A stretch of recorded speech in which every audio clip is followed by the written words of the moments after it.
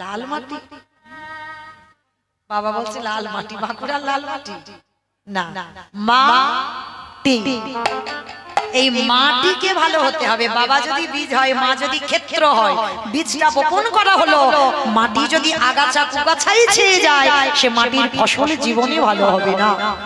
তাহলে আমাদের মনুষ্য জীবনে কর্তব্য ছোটবেলা থেকে ছেলেদের ভগবত মুখী তৈরি করা। লেখাপড়ার ডিগ্রি তৈরি হলে মা, লেখাপড়া তো দরকার, অবশ্যই প্রয়োজন, কিন্তু লেখাপড়ার পিছনে পিছনে বাবা ওই ছোট ছোট বাচ্চাদের একটু আধ্যাত্মিক চেতনা তাদের দিতে হবে। কেমন? তাদেরকে ছোটবেলা থেকে একটু গীতা পড়াও, ভাগবত পড়াও, তুলসী গাছে জল দেওয়া প্র্যাকটিস করাও। এগুলো করালে বাবা ছেলে বড় হলেও যদি কোনোদিন অসৎ পথে যায়, তাকে একবার পিছনের দিকে ভাবতে হবে। কোনদিন সে ছেলে অসৎ হতে পারে না যদি কোনো সন্তান ছোটবেলা থেকে গীতা ভাগবত পড়তে শুরু করে। সমস্ত মাদের বলে যায়, মা পড়াশোনার বই পড়াবার পাশে পাশে একটু করে গীতা বা ভাগবত যদি বাড়িতে থাকে, অবশ্যই করে একটা পৃষ্ঠা করে অন্তত ওই ছোট ছোট বাচ্চাদের পড়াবে। দেখবে বাবা, তোমার সংসারটা একদিন কৃষ্ণ ভক্তের সংসার হবে। কারণ মনে রেখো, আমরা কৃষ্ণ ভক্ত হব বলে ধরায় এসেছিলাম। কেন বলে যাচ্ছি? শুধু খাচ্ছি, ঘুমাচ্ছি আর সিরিয়াল দেখছি না। আমাদের মনুষ্য জীবনে একটাই কর্তব্য, কৃষ্ণ ভজন সাধন করব। এটাই আমাদের কর্তব্য, আর এটার জন্য আমাদের পৃথিবীতে আসা, আর অন্য কিছুর জন্য নয়। তাহলে মায়েরা, এই মা পারে ছেলে তৈরি করতে। মনে পড়ে গেল, একটুখানি বলি। একজন মা তৈরি করেছিল বাবা ছেলেকে, এমন তৈরি করলো বাবা, শেষের দিনে ভগবানের চরণ পেয়ে গেল। কবে জানো? যেদিন বাবা কুরুক্ষেত্রের মাঠে যুদ্ধ হয়ে গেল, যুদ্ধ শেষ। যুদ্ধ শেষ করে বাবা ভীম আর অর্জুন মানে দুই ভাই ঝগড়া লেগে গেছে। কিরকম ঝগড়া? ভীম বলে আমার জন্য জয়, অর্জুন বলে আমার জন্য জয়। ভীম বলছে, আমি যদি আমার গদা দিয়ে দুর্যোধনের উরু ভঙ্গ না করতাম, আমি যদি দুঃশাসনের বক্ষ চিরে রক্ত পান না করতাম, তাহলে কি আমরা জয়ী হতাম? অর্জুন বলছে, না, আমার জন্য জয়। দুই ভাইয়ে জয় জয় বলতে বলতে একেবারে হাতাহাতি বেঁধে যাচ্ছে। আর যেই না হাতাহাতি বেঁধে গেছে বাবা, পিছনে একজন দাঁড়িয়ে দাঁড়িয়ে খিলখিল করে হাসছে। তার দুই ভাইয়ের ঝগড়া থেকে পিছনে একজন যেই না হাসছে, তা ভীম আর অর্জুন পিছনে। আমাদের পরিবারের ব্যাপার, ফ্যামিলির ব্যাপার, ভাইয়ে ভাইয়ে ব্যাপার, মারামারি করি, কাটাকাটি করি, খুনোখুনি করি, যাই করি না কেন, এই তুই ওই রকম ভূতের মতো হাসছিস কেন? কে তুই? তার পিছনে যে হাসছে সে বলছে, এই যে শোনো, তোমরা দুই ভাই আমাকে চেনো না, আমি তোমাদের দুই ভাইকে খুব ভালো করে চিনি। ও বাবা, জীবনে আমি কোনোদিন দেখিনি ও নাকি আমাদের দুই ভাইকে বলে। হ্যাঁ গো, শুধু তোমাকে নয়, তোমার বাবাকে চিনি, তোমার দাদুকে চিনি, তোমার গোটা ফ্যামিলিটাকে চিনি, মানে তোমার বংশটাকে আমি চিনি। তা ভীম আর অর্জুন বলছে, বাবা আমি জীবনে তোকে দেখিনি, তুই আমার বংশ চিনিস? বলে হ্যাঁ। একটু মিলিয়ে নাও, তোমার বংশের কথা বলি, আমাকে তুমি চেনো না, আমি কি করে তোমাকে চিনি? শোনো, বিষ্ণু থেকে ব্রহ্মা, ব্রহ্মার পুত্র অগ্রিব, অগ্রিবের পুত্র সোম, সোমের পুত্র বুধ, বুধের পুত্র পুরুরবা, পুরুরবার পুত্র আয়ুষ, আয়ুষের পুত্র নহুষ, নহুষের পুত্র যজাতি, যজাতির পুত্র যদু, যদুর পুত্র কুরু, কুরুর পুত্র জন্মেঞ্জয়, জন্মেঞ্জয়ের পুত্র গতিষ্ঠান, গতিষ্ঠানের পুত্র মনুষ্য, মনুষ্যর পুত্র চারুপাল, চারুপালের পুত্র রুদ্রাশাস্তে, রুদ্রাসন, রুদ্রাসনের পুত্র হৃদেশ্বর, হৃদেশ্বর পুত্র রক্তিনাথ, রক্তিনাথের পুত্র ব্যাভি, ব্যাভির পুত্র দুষ্মন্ত, দুষ্মন্তের পুত্র ভরত, ভরতের পুত্র ইক্ষু, ইক্ষুর পুত্র সংবরণ, সংবরণের পুত্র শোধন, শোধনের পুত্র সহদ্র, সহদ্রের পুত্র যবন, যবনের পুত্র কৃতি, কৃতের পুত্র উপরিযবসু, উপরিযবসুর পুত্র জরাসন্ধ, জরাসন্ধর পুত্র সহদেব, সহদেবের পুত্র সমাচি, সমাচির পুত্র কুসুম, কুসুর পুত্র জম্ভ, জম্ভুর পুত্র সুরত, সুরতের পুত্র বিহরত, বিহরতের পুত্র আজুকানু, আজুকানুর পুত্র অগ্রধর, অগ্রধরের পুত্র দেব ঋষি, দেব ঋষির পুত্র ঋক, ঋকের পুত্র বিদিক, বিদিকের পুত্র পতির, পতিতের পুত্র শান্তনু, শান্তনুর পুত্র বিচিত্র বীর্য, বিচিত্র বীর্যের পুত্র পাণ্ডু, পাণ্ডুর পুত্র ভীম, ভীমের পুত্র ঘটোৎকচ, আর ঘটোৎকচের পুত্র যে পিছনে হাসছিল নাম হলো তার বর্বরী।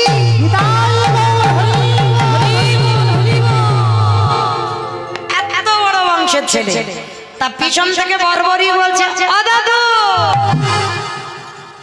তুমি কি মনে করলে আমি তোমায় চিনি না? তোমার ছেলে ঘটোৎকচ আর আমি ঘটোৎকচের ছেলে, মানে তুমি আমার দাদু আমি তোমার নাতি। মানে ভীমকে বলছে আমি তোমার নানা। হ্যাঁ রে, তা তুই যদি আমার নাতি হলি তা তোর এই দেহটা মানে মাথা কাটা মুন্ডুটা ঝুলছে, তোর দেহ কই? বলে ওটা তোমার কৃষ্ণকে জিজ্ঞাসা করো। কৃষ্ণ এসে হাজির। কৃষ্ণ, এ যদি আমার নাতি হয় তাহলে এর দেহটা কই, মাথাটা ভূতের মতো ঝুলছে কেন?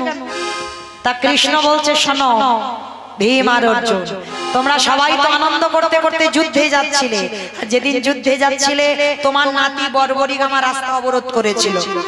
অবরোধ করে আমাকে বলেছিল একবার যদি বর্বরিক মাঠে খেলতে নামে দুর্যোধনের পক্ষ নিয়ে আমি নাকি কোনো মতেই পাণ্ডবদের জয়ী করাতে পারবো না। ভগবান বলেছিল আচ্ছা বর্বরিক কত বড় বীর, কই একটু প্রমাণ দে। কি প্রমাণ? তা যেখানে কথা হচ্ছিল বাবা বিশাল বড় একটা বট গাছ ছিল। বর্বরিক প্রমাণ এটাই দে, একটা বান বট গাছে মারবি আর একটা বানে যেন পাতাগুলো সব ছিদ্র হয়ে যায়। বলে কৃষ্ণ এত সোজা ব্যাপার, এই আর আমি পারবো না? যেই না স্মরণ করেছে কৃষ্ণ বান স্মরণ করে বান মেরেছে, একটা বানে বাবা সব পাতা ছিঁড়ে ফিরে এসেছে। ভগবান এক ধারে দাঁড়িয়ে মুচকি মুচকি হাসছে। বর্বরী বলছে কৃষ্ণ তুমি হাসো কেন? বলে হাসবো না। বর্বরী গাছের পাতা ছিঁড়তে পারলি কিন্তু চারখানা পাতা ছিঁড়তে পারিসনি। বলে কই চারটে পাতা? বলে কেন, তোর বান মারার আগে আমি চারখানা পাতা চুরি করে রেখে দিয়েছিলাম। বাবা এর চরিত্রটা তো চুরি করে, মন চুরি করে, বসন চুরি করে, ক্ষীর চুরি করে, ননি চুরি করে। হ্যাঁ না, ফোন না, ফোন চুরি করবে কেন? হরি বল। তো এই স্বভাবটা চুরি করা। তা আজকে কি করেছে? ভগবান বলছে চারটে পাতা চুরি করতে পারিসনি। তা বর্বরী বাবা ভগবান নিজেই বলেছে আমার থেকে আমার নাম বড়, নামের থেকে আমার ভক্ত অনেক বড়। হ্যাঁ, তাহলে ভগবান বলে বাবা ভগবানের কথার খিলাফ হয়ে যাচ্ছে। দেখে বর্বরী বলছে হেসো না, হেসো না, পরে হাসবে, আগে দেখে নাও চারটে পাতা কোথায় রেখেছো। মানে ভগবান কায়দা করে চারটে পাতা মানে দুটো হাতের তলায় রেখেছে, দুটো পায়ের তলায় রেখেছে। মানে চারটে পাতা ছিঁড়তে পারিসনি। বর্বরী বলছে হেসো না, আগে দেখে তো নাও। যেই না করুণার হাতটা খুলেছে, দেখে না হাতের তলার দুখানা পাতা ছিদ্র হয়ে গেছে। পা দুটো সরিয়ে দেখে না পায়ের দুটো পাতা ছিদ্র হয়ে গেছে। এটা কি করে করলি বর্বরী? বলে কৃষ্ণ তুমি নিজেকে খুব চালাক মনে করো, কিন্তু তুমি নিজে বলেছো তোমার থেকে তোমার ভক্ত অনেক চালাক। আমি জানতাম তুমি এটা করবে, তাই তো বান যখন আমার গাছে মেরে তোমাকে প্রণাম করতে এলো তুমি ভগবান হয়ে ভুলে গেলে। হাতটা খুলে আশীর্বাদ দিতে গেলে বানকে সেই সুযোগে হাতের তলায় ছিদ্র করেছে। যেই তোমাকে বান প্রণাম করতে গেল তুমি পা দুটো সরিয়ে নিয়েছিলে, সেই সুযোগে বান পায়ের তলায় গিয়ে পাতা ছিদ্র করে দিল। ভগবান মনে মনে চিন্তা করছে এ বেটার হাত থেকে তো পাণ্ডবদের রক্ষা করা যাবে না। ভগবান বলছে আচ্ছা বর্বরী তোর দাদু তো ভীম, তা তুই ভীমের দল না ধরে তুই দুর্যোধনের দল ধরছিস কেন? তুই তো ভীমের দলে যেতে পারতিস। বলে না, অত সোজা নয় কৃষ্ণ, আমি পাণ্ডবদের দলে যাব না, আমি ওই 100 জনদের দলে যাব। বলে কেন?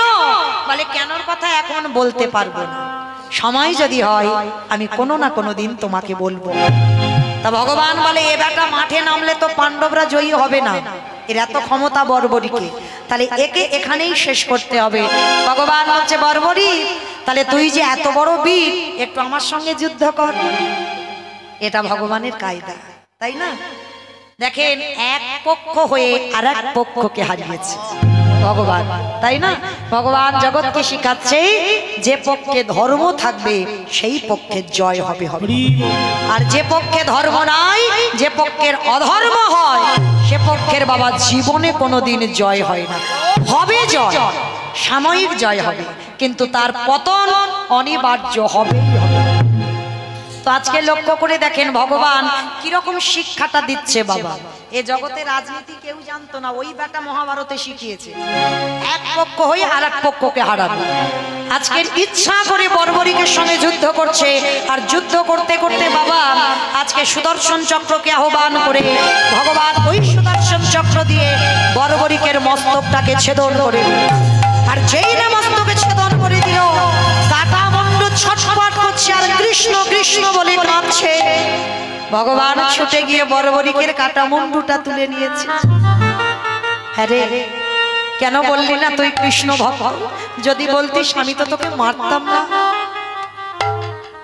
এইবারে বর্বরিকের কাটা মুন্ডু কেঁদে কেঁদে বলে, কৃষ্ণ দয়াময়, এইবার আমি একটা কথা বলবো।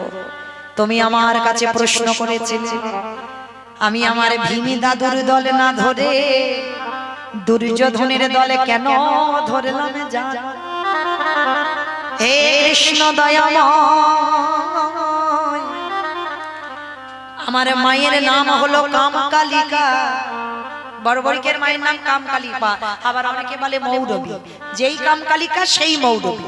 তো আজকে ওই কামকালিকা ছোটবেলা থেকে বর্বরিককে শিখিয়েছিল, খোকা রে, যে পক্ষে তোর দাদু থাকবে যদি কোনোদিন যুদ্ধ ক্ষেত্রে নামতে হয়, যে পক্ষে তোর দাদু থাকবে তুই কোনোদিন ওই পক্ষে যাবি না। বর্বরিক বলেছিল, মা আমার দাদু যদি ভীম হয় আমি তো ওদের দলে যাব না, কখনো ওদের দলে যাবি না। কেন জানিস? ওরে খোকা রে, যদি কোনোদিন তোর ওই যুদ্ধ ক্ষেত্রে মরণ হয়ে যায় তাহলে তোর দাদুদের হাতে তোর মরণ হবে। আরে তোর দাদুরা হলো স্বয়ং কৃষ্ণ ভক্ত, যদি কৃষ্ণ ভক্তির হাতে তোর মরণ হয়ে যায় তোকে কোনোদিনই আরে অসুর বলে আসতে হবে না। খোকা রে, আমি তোর মা হয়ে আশীর্বাদ দিলাম, কৃষ্ণ ভক্তের হাতে যদি তোর মরণ হয় ও তুই দেবে লোকে লোকে চলে যা।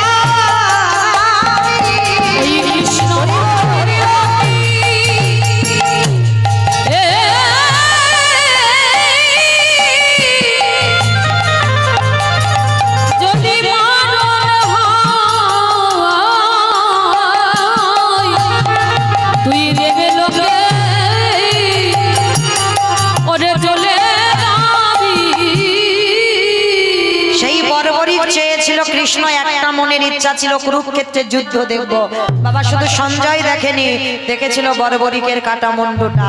আর ভগবানের আশীর্বাদে ওই কাটা মুন্ডু গেছে রাজস্থান। রাজস্থানে ঘাটুশ্যাম নামে ওই বর্বরিকের মাথাটা পূজিত হচ্ছে। তাহলে মায়েরা বলো তো, বর্বরিকের এই যে মাথাটা কৃষ্ণ চরণ পেল কার জন্য হলো? কার জন্য হলো? মায়ের জন্য। কারণ মা শিক্ষাটা দিয়ে রেখেছিল, সেই শিক্ষায় শিক্ষিত হলো বলেই শেষের দিনে ভগবানের চরণ পেয়ে গেল। আচ্ছা বলো বাবা, আমি লীলাতে ছিলাম কোথায়? আমার সত্যি বলছি আমি ভুলে গেছি, আমার মনে নেই।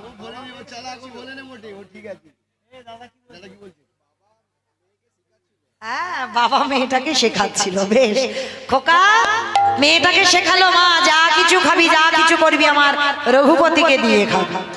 হ্যাঁ, কারোর কাছে হাত পেতে কিছু নিবি না, কেউ যদি দেয় বিনিময়ে উল্টে তাকে কিছু দিবি। কি মায়েরা মনে পড়ছে? এই জায়গাতে ছিলাম তো, চলো আবার এখান থেকে যাই। এটাই হলো বাবার তত্ত্ব। যেখানে যাই না কেন ঘুরে ফিরে আমায় গোড়ায় আসতে হবে।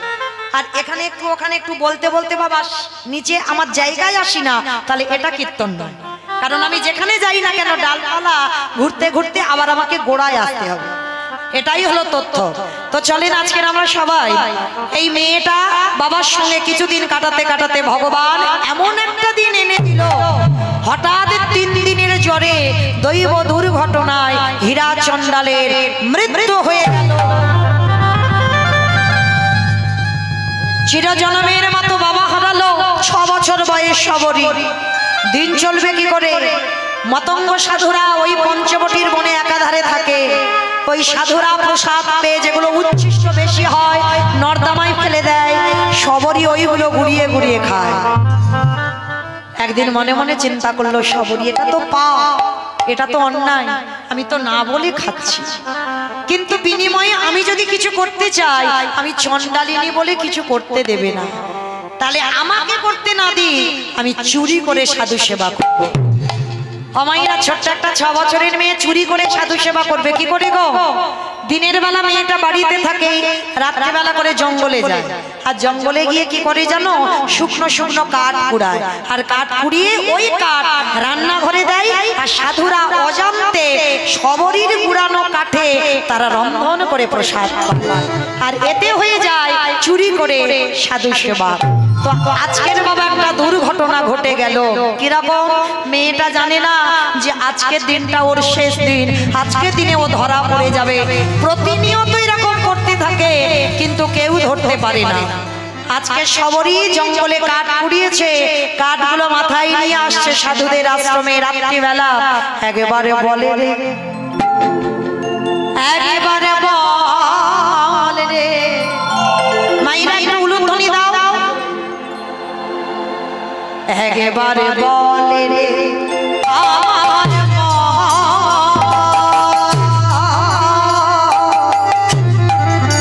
কতদিনে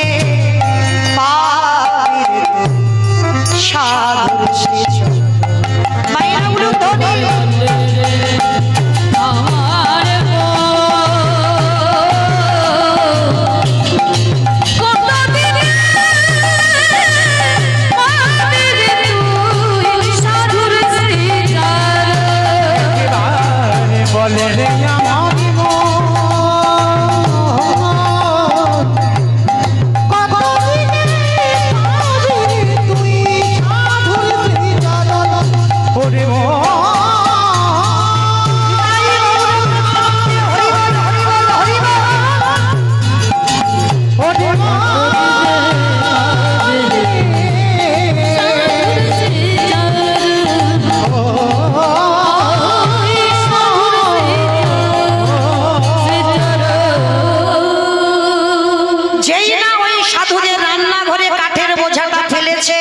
সাধুরা সবাই মিলে সবরীর হাতটা চেপে ধরেছে।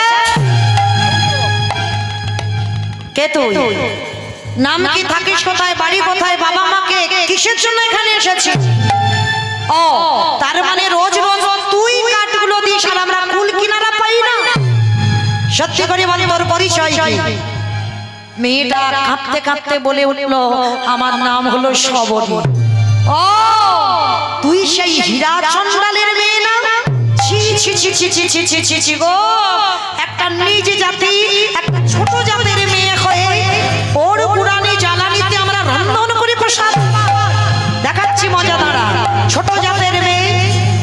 সবরী বারবার বলছে, তোমরা কেন ওই ছোট জাত বলছো? ভগবান তো কোনোদিন জাতি বিচার করেনি।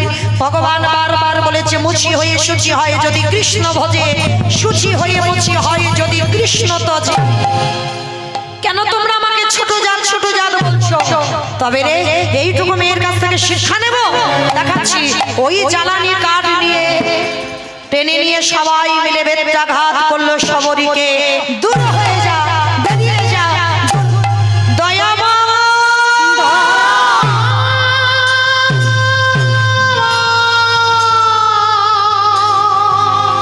এত কাঁদে, এত ডাকে, কৃপা হচ্ছে না কেন? এখনো পর্যন্ত দেহ শুদ্ধ হয় কি মাইরা? দেহ শুদ্ধ না হলে কৃপা হবে না। যতই তুমি ভগবানের ভক্ত হও না কেন, দেহ শুদ্ধ তোমাকে করতে হবে, গুরুচরণ আশ্রয় করতে হবে। আর এই জগতে যারা গুরুচরণ আশ্রয় না করে, কোনদিন বাবা নদীর এ ঘাট থেকে ও ঘাটে যেতে পারবে না। যেমন নৌকা না থাকলে এ ঘাট থেকে ও ঘাটে যাওয়া যায় না, গুরুরূপী নৌকা আশ্রয় করে তবে আমার ভগবানের চরণে পৌঁছানো যায়। প্রত্যেকে যাদের যাদের দীক্ষা মন্ত্র হয়নি, অবশ্যই চরণ ধরে বলে যাচ্ছি বাবা আশ্রয় করবে, না হলে কোনো লাভ হবে না। কারণ এই মায়ামোহ সংসারে পড়ে থাকতে হবে, ভগবত ধামে কোনোদিন পৌঁছাতে পারবে না। ভেবে দেখেছেন? 80 লক্ষ জনই ভ্রমণ করা হয়ে গেল আমাদের। 80 লক্ষ জন, একটা দুটো জনই আমরা ভ্রমণ করিনি, 80 লক্ষ জনই ভ্রমণ করে এসেছে। যেমন বাবা আমরা যখন আসছিলাম, কালকে নদিয়ায় কীর্তন ছিল, আবার যাব আজকের এখান থেকে নদিয়া। তো নদিয়া থেকে আসবার পথে বাবা এই যে মাইল পোস্ট লেখা থাকে না, পোস্টের উপরে লেখা থাকে, আর এতটা গেলে রানীবাগ, খাদরা, পোস্টারে লেখা থাকে না, আর সেই দেখে দেখে আমরা আসি। এখন বাবা ইন্টারনেটের যুগ, এখন মোবাইল দেখেও আসা হয়, লেখা একেবারে উজ্জ্বল করে লেখা আছে। তাহলে এতটা রাস্তা অতিক্রম করে এলেই আমি যেখানে কীর্তন গাইবো সেখানে পৌঁছে যাব। ঠিক তদ্রূপ 84 লক্ষ জনই আমাদের ভ্রমণ করতে হবে। এতদিন আমরা 80 লক্ষ জনই ভ্রমণ হয়ে গেছে। এইটুকু একটু বাবা ভেবে দেখেন, ৮০ লক্ষ জন ভ্রমণ হয়ে গেছে, এই ৪ লক্ষ বার মানব জন। আর এইটুকু যদি একটু আমরা টপকে যেতে পারি, মানে এসে গেছি গন্তব্যস্থলে, আর একটু যেতে পারলেই ভগবানের চরণে পৌঁছে যাব। তাই বাবা এমন কর্ম কেউ করো না যেন আবার ফিরে ৮০ লক্ষ জনিতে ফিরে যেতে হয়। এসে যখন পড়েছি এই ৪ লক্ষ জনী মানব জন্ম কাটিয়ে যেন আমরা ভগবত ধামে যেতে পারি, তেমন কর্ম করো। আর তেমন কর্ম করতে গেলে আমাদের গুরু চরণ আশ্রয় করতে হবে। আর যাদের যাদের হৃদয়ে অহংকারে পরিপূর্ণ, তার থেকে বাবা একেবারে দূরে সরে যাও। আর ওটাই যদি তোমার হৃদয়ে আসে বাবা, তোমার হৃদয়ে ক্রোধ আসবে, লোভ আসবে, লালসা আসবে, একের পর এক শত্রু তোমাকে আক্রমণ করবে।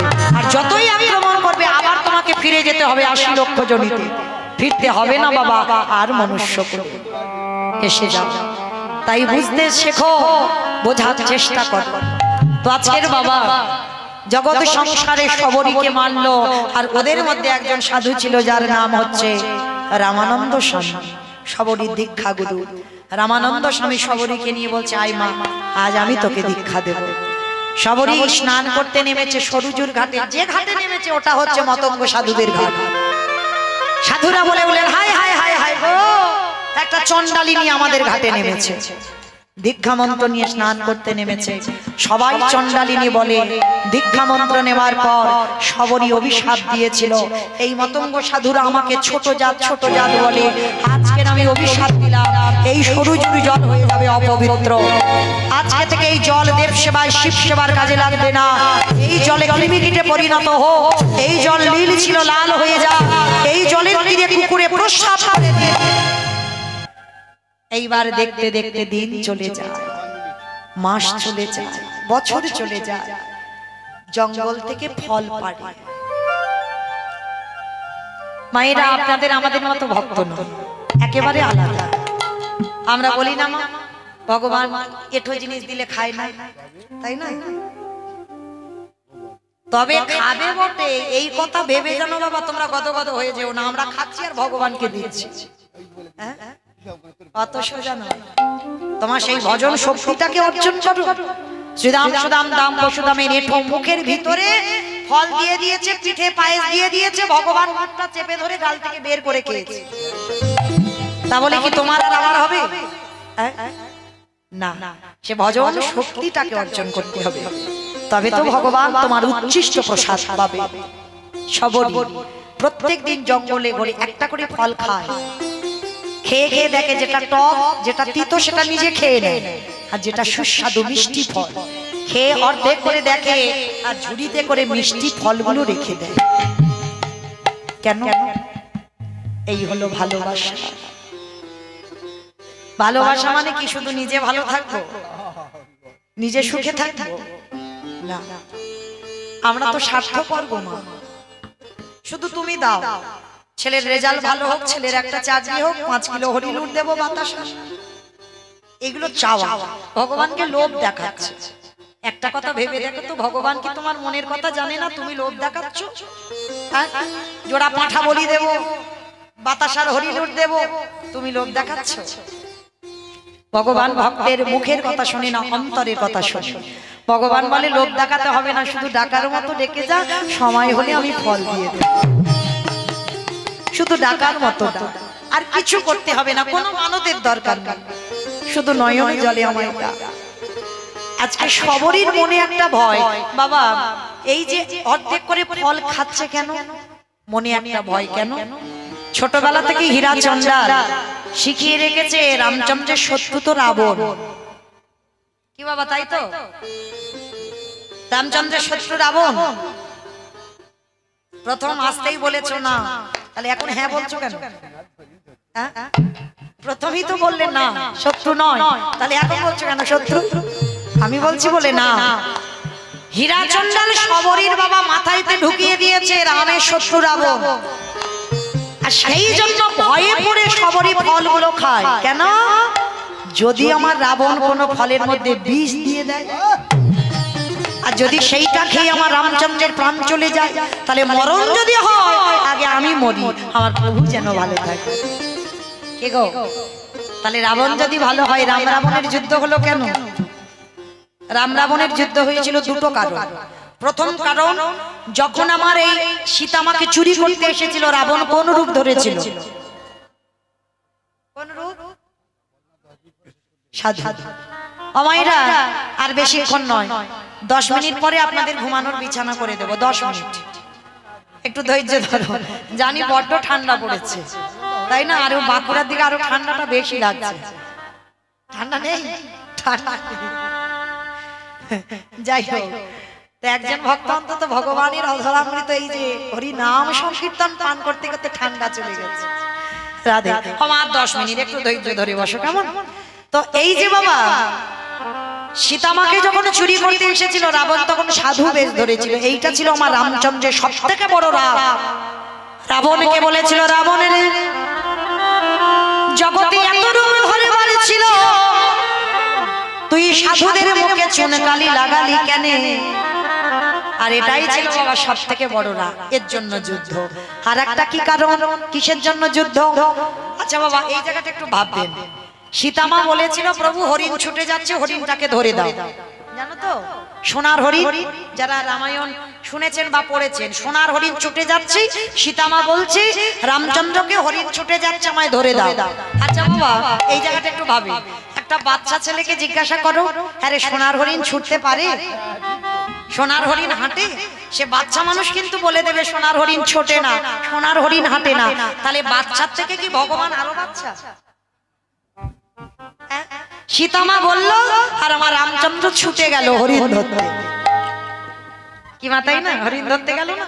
কিন্তু না, ভগবান রামচন্দ্র ভালো করে জানে ওটা মায়াবী রাক্ষস, ওটা মরিচি। তাহলে ধরতে গেল কেন? যদি রাম হরিণ ধরতে না যেত রাবণ সীতা চুরি করতো না। আর সীতাকে যদি পরশ করে ধরে না নিয়ে যেত লঙ্কার মাটিতে লক্ষ্মী প্রতিষ্ঠা পেত না। লক্ষ্মী প্রতিষ্ঠা না হলে তুলসী বৃক্ষ হতো না। তুলসী পাতা নিবেদন না করলে মহাপ্রসাদ হতো না। মহাপ্রসাদের সেবা না করলে কৃষ্ণ ভক্তির উদয় হতো না। কৃষ্ণ ভক্তির উদয় না হলে ওই রাবণ রাজার বংশ কোনদিন উদ্ধার হতো না।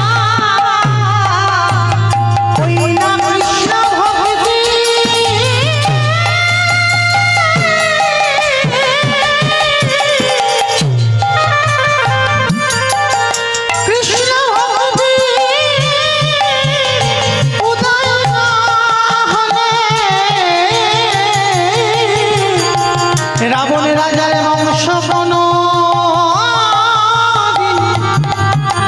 উদ্ধার হতো না। কি বললো বাবা? রামচন্দ্র হরিণ ধরতে গেল, রাবণ সীতা চুরি করলো। আর সীতা যদি চুরি করে লঙ্কাতে প্রতিষ্ঠা না হতো, লক্ষ্মীর প্রতিমা প্রতিষ্ঠা হতো না। আর যে বাড়িতে লক্ষ্মী নাই মা, সে বাড়িতে তুলসী গাছ হবে না।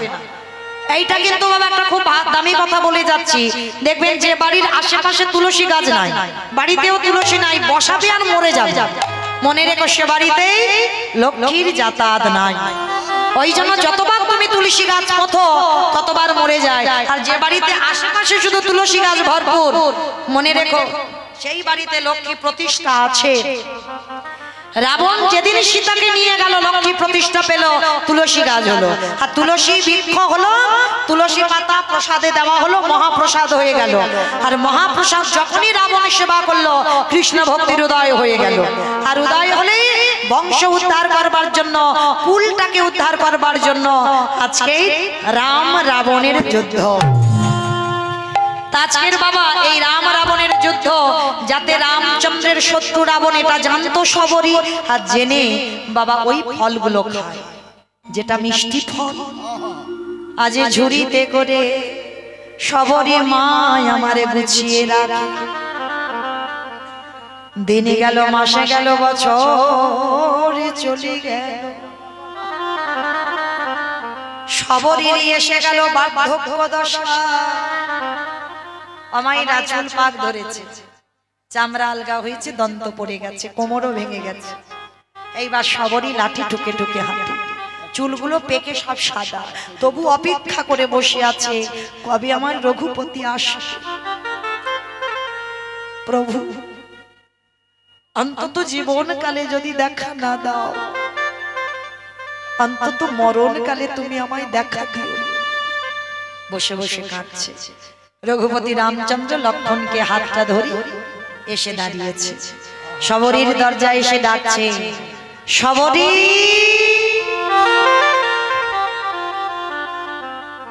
শবরী। কে কে ডাকলো আমায়? এমন হৃদয় জুড়ানোটা কে ডাকলো আমায়? কোমরটা ভেঙে গেছে তো দরজায় এসে দেখছে দুইজন অপূর্ব বালক দাঁড়িয়ে আছে। কে রে বাবা তোরা? মা, আমি হলাম তোমার রঘুপতি রামচন্দ্র। এসেছো প্রভু,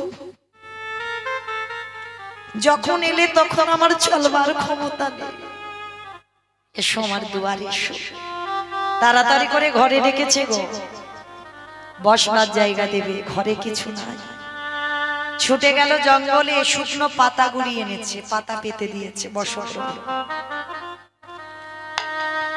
আচ্ছা মায়েরা, ভগবান যদি তোমাদের ঘরে আসে তাড়াতাড়ি করে চেষ্টা করবে তো বাবা পা ধোয়ার জন্য, বসবার সিংহাসন বা আসন পেতে দেবে। সবরই তো তা কিছু নেই। কি করবে গো? যেই না ওই পাতাতে বসতে দিয়েছে, ওই ঘটিটা নেই যে জল দিয়ে পা ধোয়াবে, তাহলে কি দিয়ে ধোয়াচ্ছে?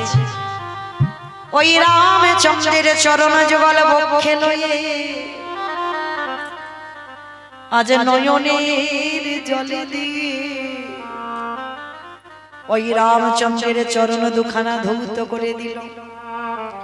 আঁচল দিয়ে মোছালে ব্যথা লাগবে, মাথা রেখে খুলে দিয়ে ওই রামচন্দ্রের চরণ যুগল মোছাই দিয়েছে। আর যেই না মোছাই দিয়েছে, রামচন্দ্র বলছে, শবরী আমার বড় খিদে পেয়েছে, এবার একটু সেবার ব্যবস্থা করবে। প্রভু এই কাঙালিনীর বাড়ি, এই চন্ডালিনীর বাড়ি তুমি প্রসাদ পাবা? কেন পাবো না? তোর বাড়ি প্রসাদ পাবো বলে তো আমি ছুটে এসেছি। দে না মা। ঘরে গিয়ে বাবা ঝুড়িটা এনেছে, কোমর ভেঙে গেছে তো ঝুড়িটা এনেছে, আর সেই ঝুড়িতে বাবা কোনোটা পোকা লেগে গেছে, কোনোটা পচে গেছে দুর্গন্ধ, আর কোনোটা শুকিয়ে গেছে। সেই শুকনো ফল একটা তুলে নিয়েছে। রঘুপতি রামচন্দ্র অনেক লম্বা মানুষ তো, হাত আর যাচ্ছে। হে দয়াময়, আজ যে তোমার বদনে দেবার মতো আমার ক্ষমতা নাই। দয়া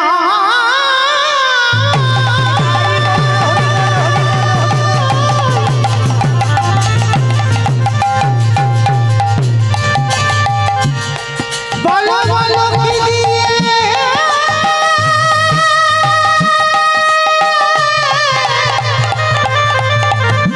কি দিয়ে তোমার সেবা দেব?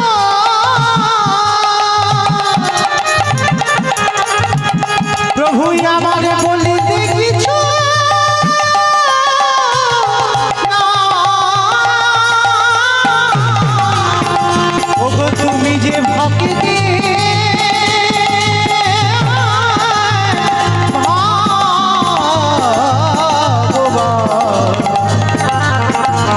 একেবারে ভিক্ষা করো, করুণা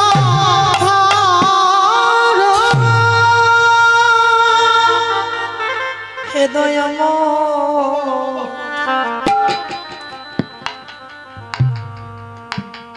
এ জীবনে আমার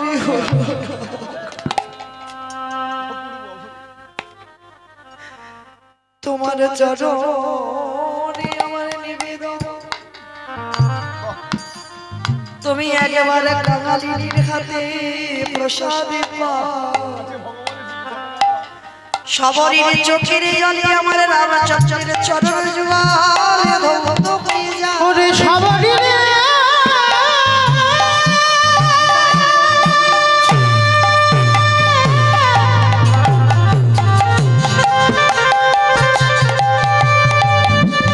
ওরে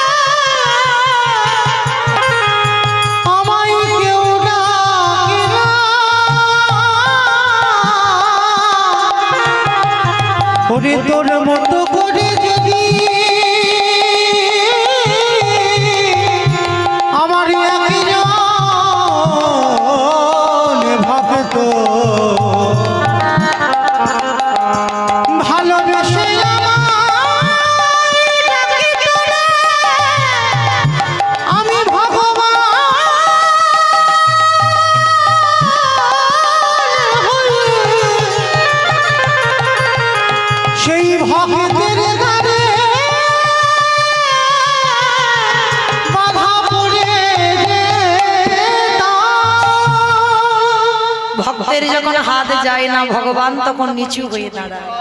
রামচন্দ্র মাথাটা নত করে বলছে দে মা সবরী। ফলটা যেই না বাবা বদনে তুলে দিয়েছে, সবে দিতে যাবে, সবে মুখটা বাড়িয়েছে, পাশে ছিল লক্ষণ সবরীর হাতটা চেপে ধরেছে। চন্দ্রালিনী ছোট যা, আর ছোট জাতের মেয়ে হয়ে আমার দাদার বদনে সবাই রাজভোগ দেয়, আর তুই তোর মুখের উচ্ছিষ্ট থুতু লালা লেগে আছে সেই দিচ্ছিস। হ্যাঁ, ফলটাকে কেড়ে নিয়ে একেবারে লক্ষণ দূর করে ফেলে। যেই না দূর করে ফেলে দিল, সবরী কেঁদে বললেন হে দয়াময়, তোমার ভাই শুধু দেখলো আমার থুতু লালা লেগে আছে, কিন্তু ভক্তের প্রেমে ভালোবাসা মাখানো দেখল না। তোমার ভাই যখন ওই ফল ফেলে দিল, তোমার বদনে দিতে দিল না, তোমার ভাইকে আমি কোনোদিন ছেড়ে দেব না। আমার যদি প্রেম সত্যি হয়, ভালোবাসা সত্যি হয়, তোমার চরণে যদি আমার দেহ মন প্রাণটা থাকে, তোমার ভাইকে আমি অভিশাপ দিতে রাখি না। যেদিন তোমার ভাই মৃত্যুর সঙ্গে লড়াই করবে, ওই ফল যেখানে ফেলে দিল, ওই ফল থেকে একটা গাছের জন্ম হবে। ওই গাছের পাতার রস না হলে তোমার ভাই কোনোদিন প্রাণে ফিরে পাবে না।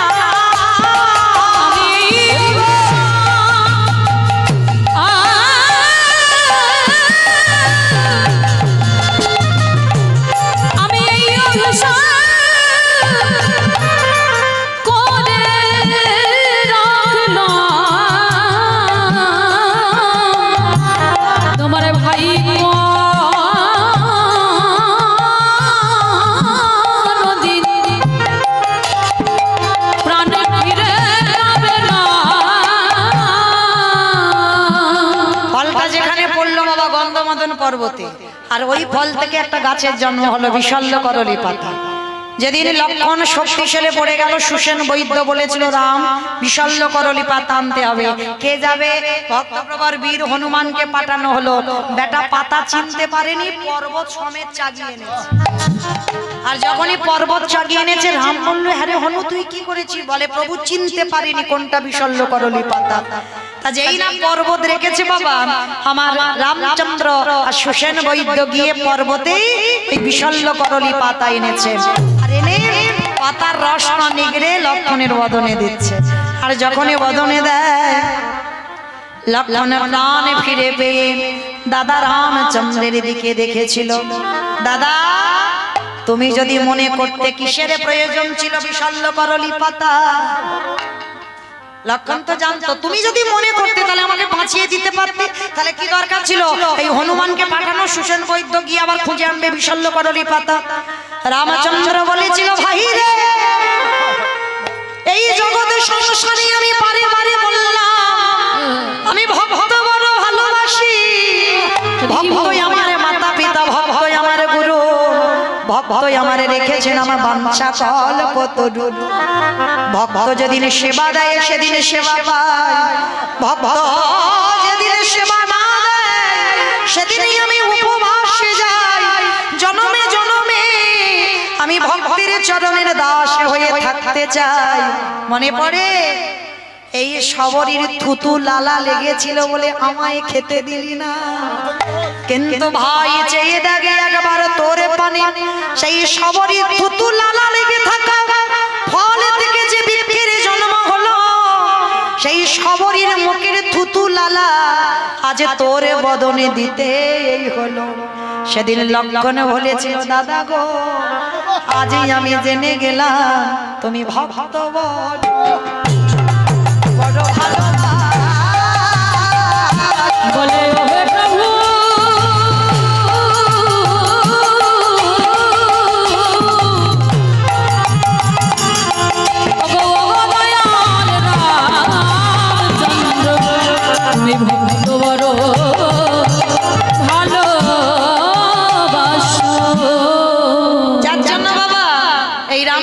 যখন 14 বছর পরে বনবাস থেকে ফিরে আসে, আমার লক্ষণ পিছনে ছত্র ধরেছিল।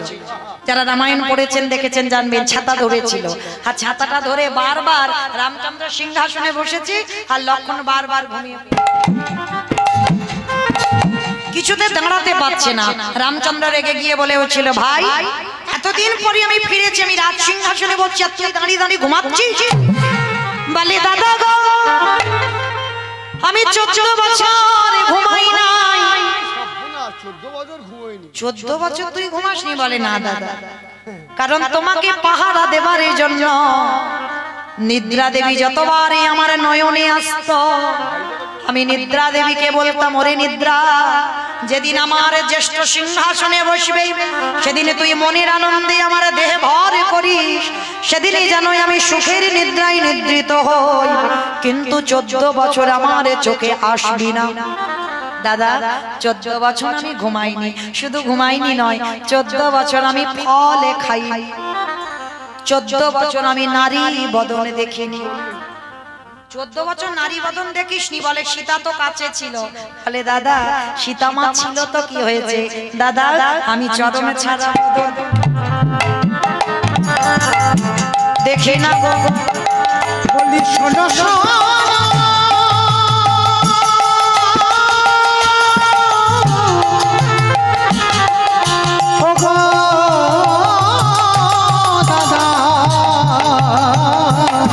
চরণ ছাড়া কিছু দেখি না।